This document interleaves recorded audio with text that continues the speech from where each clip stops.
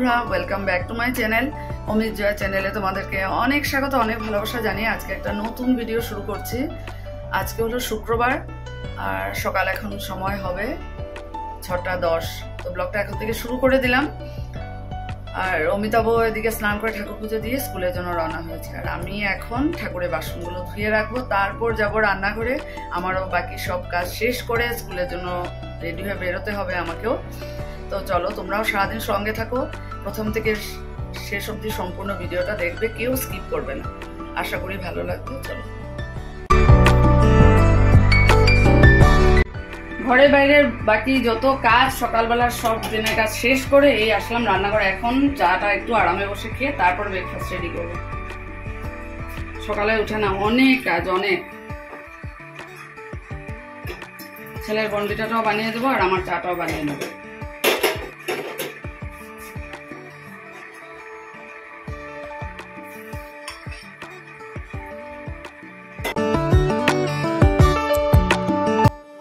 নিউট্রিচয়েস biscuit আজকে আমি নিয়ে যাব স্কুলে। খেলে কিন্তু পুরো পেটটা বেশ ভর্তি ভর্তি লাগে। দুটো নিয়ে নিলাম।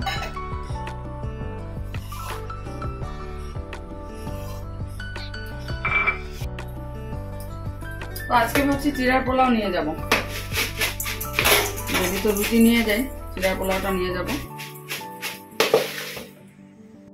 একটু হিং দিয়ে দিলাম।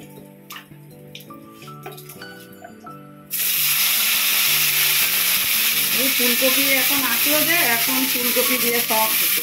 আমার ছেলে বলবে, মা তুমি সব কিছুতে ফুলকপি দিয়ে দাও, যে কি করবো, আমার ভীষণ ভালো লাগে। চিড়ার পোলাও হয়ে গেল আমার। একটু বাদাম থাকলে ভালো হতো, বাদামটা খেয়াল করা হয়।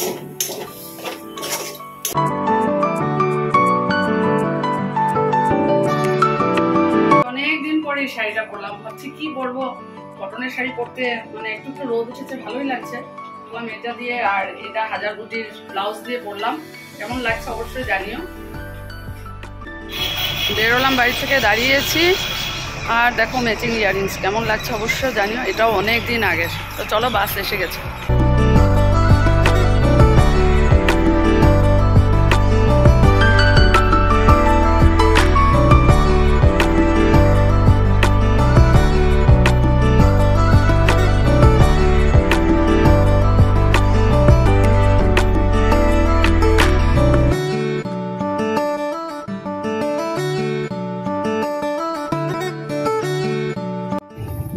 পৌঁছে গেছি।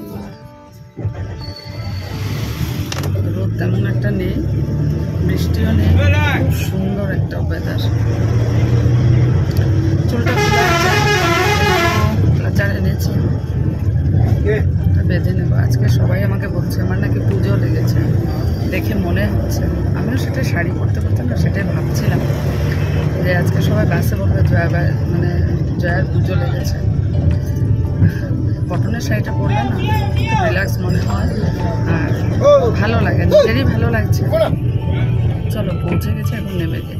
বাসা থেকে নেমে গেলাম আর এই হেঁটে হেঁটে যাচ্ছি।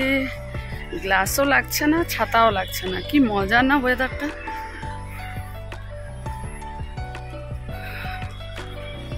চলো, সামনের সপ্তাহ থেকে স্কুলের হাফ ইয়ারলি পরীক্ষা, তখন আরও আগে বেরোতে হবে। 9টার থেকে এক্সামই।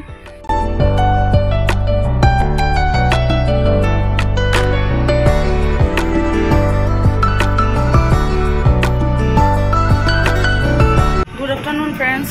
ওই যে সাড়ে বাড়িতে এসেছি, ক্লাসটা করিয়ে তারপর একবারে চলে যাব। থেমে গেছি পুরো।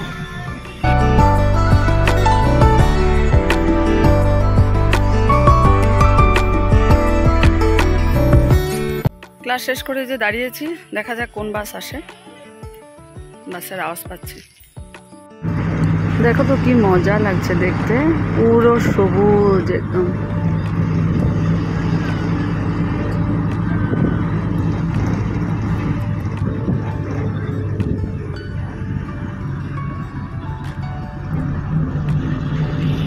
আকাশটা দেখো কি সুন্দর লাগছে দেখতে। একটু মেঘ জমে আছে,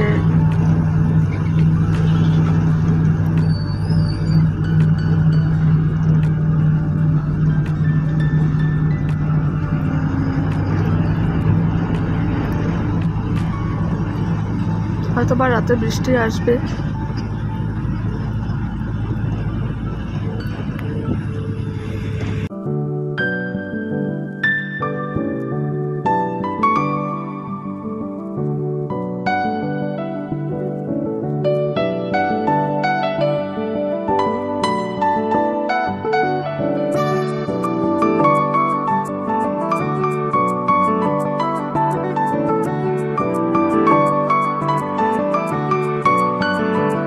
বাড়ি ঢুকছে, এখন প্রায় 5টাই বাজে হবে।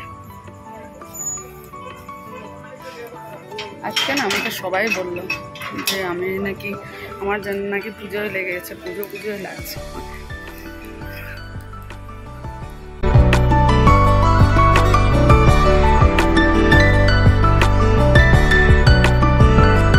এই মাত্র বাড়ি এসে পৌঁছলাম, আর এখন বাজে ঘড়িতে 5টা 12 আর 2 মিনিট বাদেই সন্ধ্যার বিনতি প্রার্থনা শুরু হবে।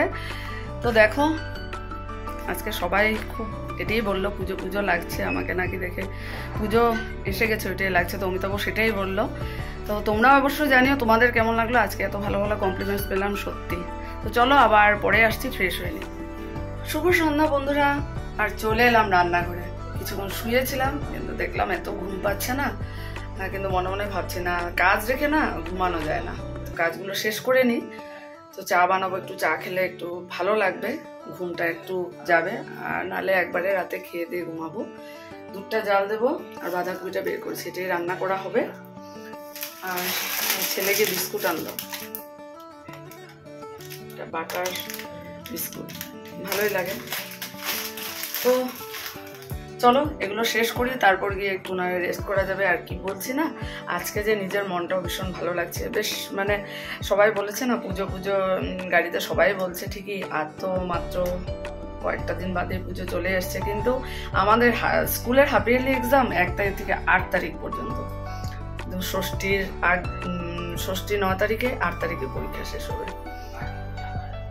ছোটবেলার কথা ভাবি যে না ঠিকই আগের দিনগুলো কত মজার ছিল না, কোনো মানে দায়িত্ব ছিল না, কোনো কিছু ছিল না। বাবা মা ছিল, বাবা এই জামা কাপড় এনে দিল, আর পূজার সময় কতক্ষণে পরবো সেটাই আর কি। ষষ্ঠীর থেকে এক করে জামা পরতাম, সেটাই ঠিকই খুব মনে পড়ছে ছোটবেলার কথাগুলো। এই আর কি তোমাদের সাথে শেয়ার করলাম। তো চলো কাজগুলো এক করে করি, তারপর পরে আবার আসছি। এই দেখো একটু চিরা ভেজে দিলাম ছেলেকে পাঁপড় দিয়ে, আর পাঞ্জাবি তরকা ছিল সেটা মিলিয়ে দিয়েছি। আর আমার জন্য শুধু পাঁপড় ফ্রাই করলাম, যেগুলো আমি মেলার থেকে এনেছিলাম।